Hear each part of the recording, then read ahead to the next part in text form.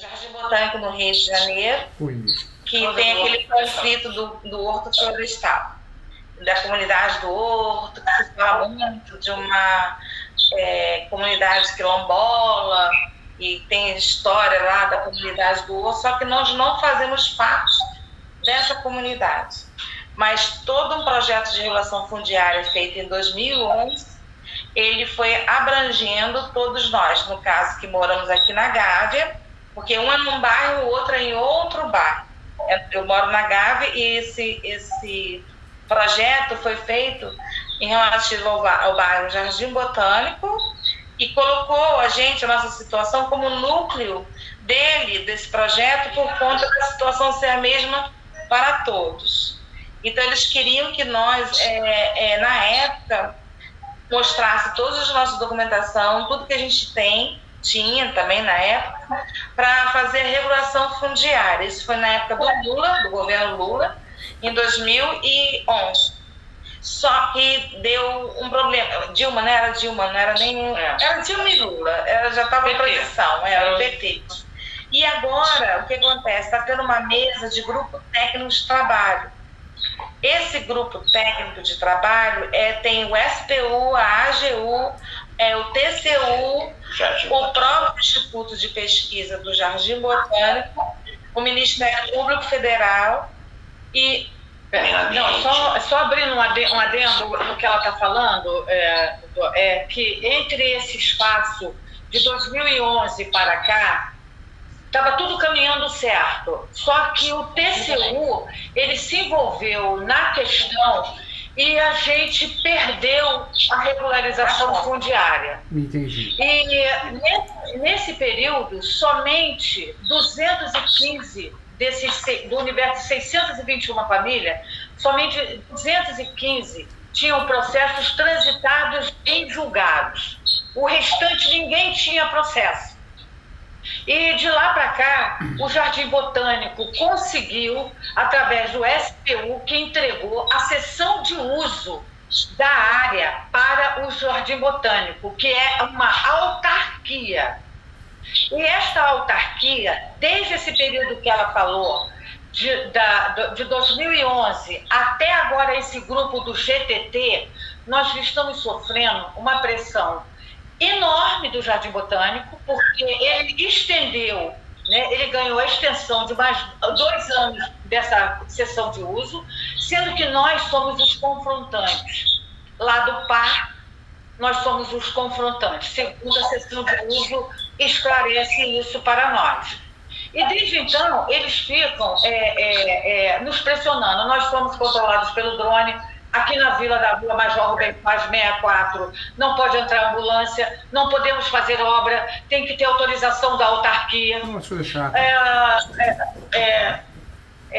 Só um minuto. Então, só para não fugir do que ela falou dos transitados em julgado, a maioria dos transitados em julgados nossos, eles dão direito a uma indenização, uma casa ou pagamento em espécie.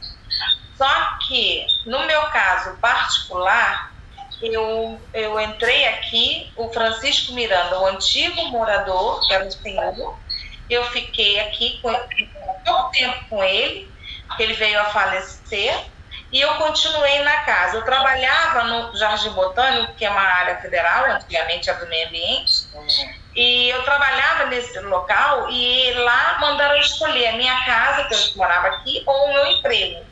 Isso dito pelo diretor do parque, do Instituto de Jardim Botânico, da época. E além dele falar para eu escolher a minha casa, eu tenho um papel também do Serviço Público Federal, onde dizia não ter interesse nessa área, no qual a gente reside. E fora isso tudo, da coação, porque foi uma coação, eu como terminou o meu contrato, que na época era um contrato trabalhista, e eu ia iniciar como federal, como funcionária federal, eu não pude entrar. Mas o meu nome consta na portaria na época, porque todos os outros funcionários passaram a ser funcionários federais, exceto eu, porque eu morava na casa. Então eu fui punida no trabalho, eu fui punida pela diretoria não me permitir continuar também, no sentido de que eu tinha que escolher uma coisa ou outra. E esses anos todinho, eles continuam atuando, mas eles não sabiam quem eu era. Porque vai trocando a diretoria e por não saber quem eu era, eu não tenho processo no meu nome. O Francisco Miranda, sim. Porém, por eu não ter o processo no meu nome, eu fiz o uso capião. Eu tenho aqui o uso capião de cartório. E aonde prova que eu moro aqui há mais de 30 anos. E desde que eu moro aqui, eu tenho conta de luz, que prova isso, né? Deixa eu perguntar algo importante. Nós temos três ferramentas para regularizar o imóvel. A judicial, a extrajudicial, que é o uso capião no cartório, poderia ser um inventário, um divórcio com partilha de bens, uma indicação compulsória extrajudicial, e temos a administrativa, que é a REURB, né? A REURB aconteceu, mas ficou meio parada, dá uma baita confusão. Aí você percebendo isso, você correu atrás do cartório. O que você fez no cartório? Foi só a escritura pública ou você conseguiu registrar a escritura pública no cartório de imóveis também? Não, o RGI, nós temos um problema aqui. Porque, como é uma vila, eu tenho 62, que é o TRE, o Tribunal Regional Eleitoral, o 64, que é tudo uma rua Major Rubens Vaz. O 64, ela entra uma vila. Nessa vila são 20 casas. E essa vila não tem registro nenhum. Nada consta nela. Nada consta nela. Oi? Nada consta nela. Não consta nada no cartório. Ou seja, no cartório é um buraco. É um buraco, né? É um vício registral. Não tem matrícula. Isso. E eu tô tentando no RGI, mas aí caiu em pendência essas coisas. Para botar no RGI, caiu em pendência essas coisas. Porém, foi protocolado o meu pedido. E que foi protocolado também na prefeitura o IPTU, o pedido do IPTU. Mas eu sou a única, doutor, que tenho isso, que consegui fazer isso, porque eu tinha um advogado que trabalhava comigo, trabalha ainda, só que ele ficou doente. E ele fez isso tudo para mim via cartório. Eu tirei a escritura de posse, e após tirar a escritura de posse, eu consegui fazer o uso capião extrajudicial. Então, na verdade, você conseguiu fazer a escritura pública de uso capião, que é a ata notarial, e no cartório de imóveis você conseguiu registrar e abrir uma matrícula nova. Você conseguiu? Não, no cartório do RGI, né? No registro de imóveis, sabe, né? Por que eu estou falando isso? Porque a escritura pública de uso capião, a ata notarial, é um instrumento feito pelo tabelião de notas.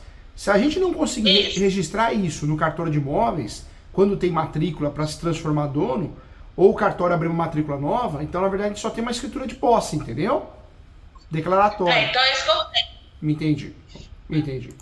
Porque ainda não conseguimos por causa desse buraco que não consta nada. A nossa casa, todos nós tiramos o nada consta, Eles não registraram no nosso nome. Entendi. Apesar do IFAM também estar como... Porque aqui é uma vila operária, né?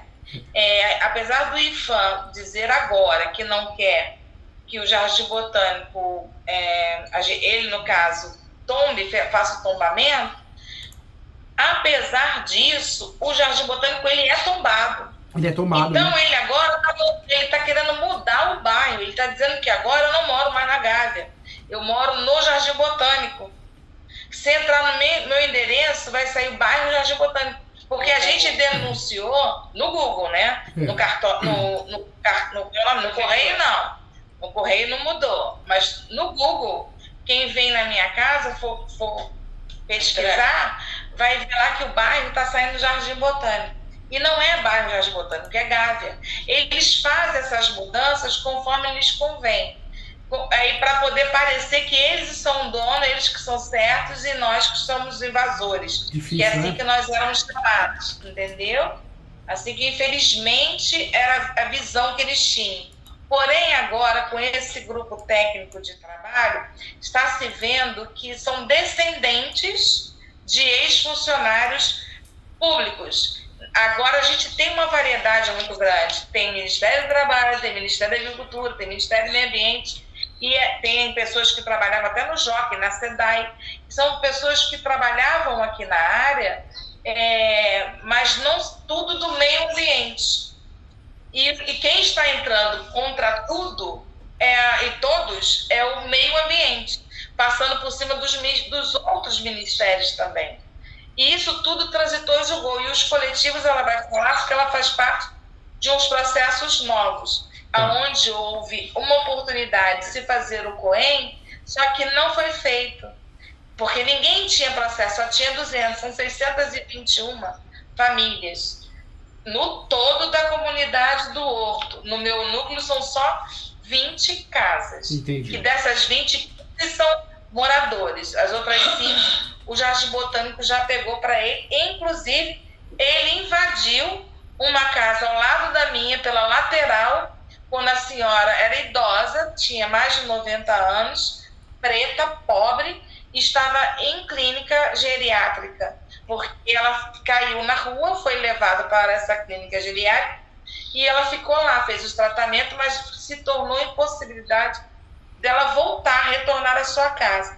E esta casa, por estar sem processo e ficar desocupada, foi invadida pelo Jardim Botânico, pela lateral. Isso foi levado em audiência pública aqui na Câmara de Vereadores do Rio de Janeiro. Foi denunciado, fizemos boletim de ocorrência, eles fecharam o muro, mas agora não deixam mais ninguém entrar na casa, estão fazendo as construções que eles querem no terreno. Então, o que a gente tem aqui de pedido para maior, eu creio, para fazer com que a gente tenha um caminho. Exatamente, um caminho a percorrer, porque a gente está lidando com o poder público e o poder político. E esse poder político, eles mesmos dizem, a política faz o que quer. Mexe, mas a lei eu acho que tem que ser soberana. Ela tem que ter um valor e um peso maior. O Brasil é mais complicado, né? Aquele filme Tropa de Elite, eu sempre brinco com os alunos. Pena que foi até o 2, né? O Tropa de Elite deveria ter ido até o 13, 15, ou virado talvez uma série, né? No Netflix, né? Infinita, porque a gente fala de corrupção, mas o judiciário fica atrás não, viu? O que tem de juíza corrupta, que perderam os cargos recentemente, meu Deus do céu. E aqueles juízes que não vão no fórum? Que deixam o assessor julgar, a assessora julgar? E aqueles juízes que viraram coach? Eles ensinam advogado agora a ganhar dinheiro, não fica no fórum. Fórum o processo não anda, largou fora, né? É fogo, né? É fogo. É triste, né? É triste. Mas ó, o que vocês têm, é importante vocês saberem, viu? Eu sei que foi feita a escritura pública com muito carinho, né? É um documento importante. Esse documento ele pode ser chamado de justo título de boa-fé. Justo título de boa-fé, que é algo importante. Né? Então, essa escritura pública que vocês têm é o justo título de boa-fé. É que às vezes o advogado, a advogada, às vezes o escrevente, por falta de conhecimento, ele não sabe explicar o que é. Ele fala, vou fazer uma escritura pública de uso capião. Só que escritura pública de uso capião tem que seguir o provimento 65 do CNJ. Ou seja, uma escritura específica para que eu faça o registro do cartório de imóveis. Então, o uso capião extrajudicial é isso. Eu faço uma escritura pública, conforme a normativa, o provimento 65 do CNJ, faço um requerimento para o cartório de imóveis, como se fosse uma petição inicial, protocolo no cartório de imóveis, e o cartório de imóveis vai dar um número, né? Que é a prenotação. Se o cartório de imóveis concordar, registra. Abre uma matrícula nova ou registra uma forma originária de propriedade. Você passa a ser dona, né? Faz um registro na matrícula antiga mesmo. Quando o cartório acha que tem que entregar mais documentos, alguma coisa, o cartório expede uma nota devolutiva. Então, olha como é diferente. O que vocês conseguiram, legal, é algo bacana, porque muito tabelião não faz. A maioria não faz escritura pública de posse. Então, fez uma escritura pública de posse, mas nada tem a ver com a escritura pública de posse de uso capião. Na verdade, foi uma escritura pública de uso de posse como uma ata notarial probatória, de prova de posse, entendeu? Legal, é importante, ajuda bastante no uso capião, mas ajuda no uso capião judicial, não no extrajudicial, porque o extrajudicial é um outro tipo de ata, é um outro tipo de escritura pública, entendeu? Entendi. Então, mas isso aqui teria um peso no judiciário ou não? Na verdade, ajuda sim, né? Mas ajuda com outros documentos. Quando eu faço uso capião, no Poder Judiciário, no cartório, mas vamos esquecer cartório para a gente não confundir. No caso de vocês tem que ser judicial. O uso capião judicial, eu vou ter que fazer o quê? Provar a posse. Eu provo como que eu provo a posse? Conta de água, luz, energia, fotos, imagens, recibos, notas fiscais, né? Essa ata entraria também como uma prova, isso ajuda. Tem que provar que a posse é mansa e pacífica, isso eu provo com certidão de distribuidor civil, da esfera estadual e da esfera federal, e provo o animus domini. O que é o animus domini? O animus domini é a alma de dono ou de dona.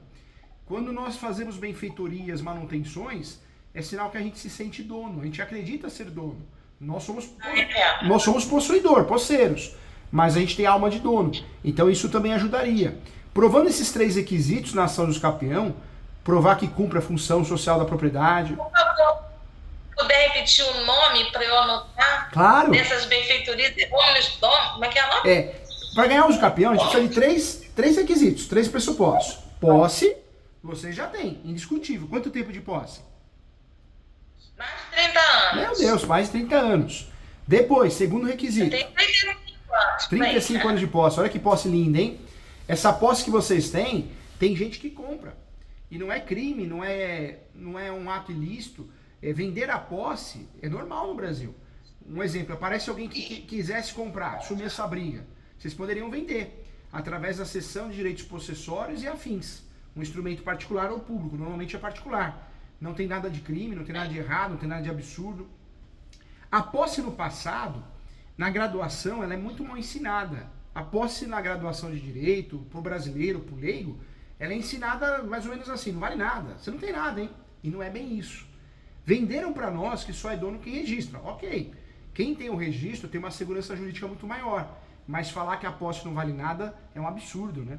Porque quem tem a posse, no mínimo tem o direito de regularizar esse imóvel, no mínimo tem o direito de usar as ações possessórias para se defender, no mínimo tem o direito de declarar imposto de renda da posse, entra na partilha de bens do divórcio.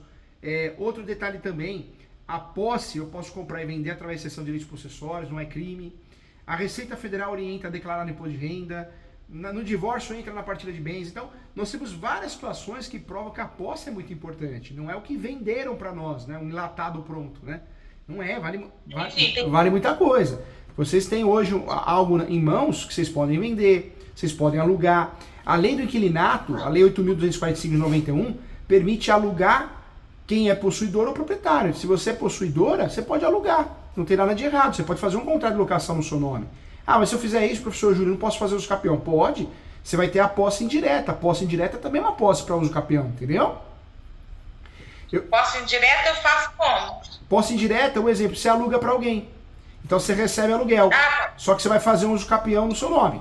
Mesmo que esse imóvel esteja alugado para alguém. Ou emprestar para alguém um contrato de comodato. Isso é posse indireta, você não está lá. Mas tem um contrato provando que você tem a posse indireta. Para fazer uso capião, eu posso ter a posse direta, que é morar, ter comércio. Indireta, que é alugar e emprestar. E pode ser a posse alternada. Eu posso ter o imóvel fechado. A chave está no meu bolso. Eu faço benfeitorias, manutenções, limpeza. Eu tenho posse para efeitos de uso capião também. No caso de vocês têm a posse de fato, né? Ou seja, para o uso capião, a chance de ter sucesso é muito grande. O grande segredo desse uso capião que vocês têm que fazer, que é judicial, é trabalhar com a súmula 237. O que é a súmula 237 do Supremo? A súmula 237 do Supremo, ela diz que o uso capião poderá ser usado em matéria de defesa. Vocês estão numa situação que, infelizmente, tem gente de olho aí na região. Por vários interesses. É o sistema. Então, as pessoas querem forçar vocês saírem daí, querem forçar vocês venderem, sei lá, doarem. Vai saber o que passa na cabeça desse sistema político que vocês estão passando. Como que vocês vão fazer para se defender? Tem que distribuir o quanto antes uma ação de uso capião. Ação declaratória judicial de uso capião. No Brasil, nós temos 36 espécies de uso capião.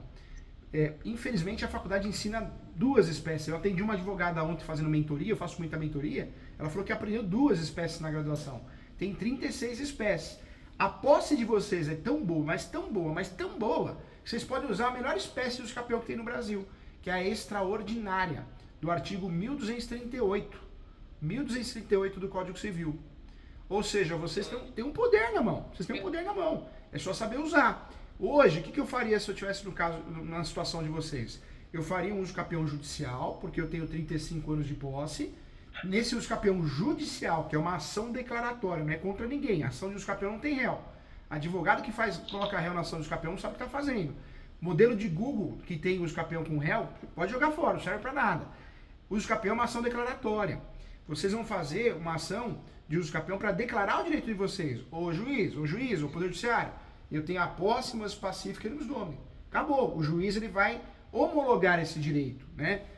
Tanto é que tem vara especializada no uso capião, que é a vara de registros públicos. Não é todo lugar que tem. Quando não tem, vai na vara civil mesmo.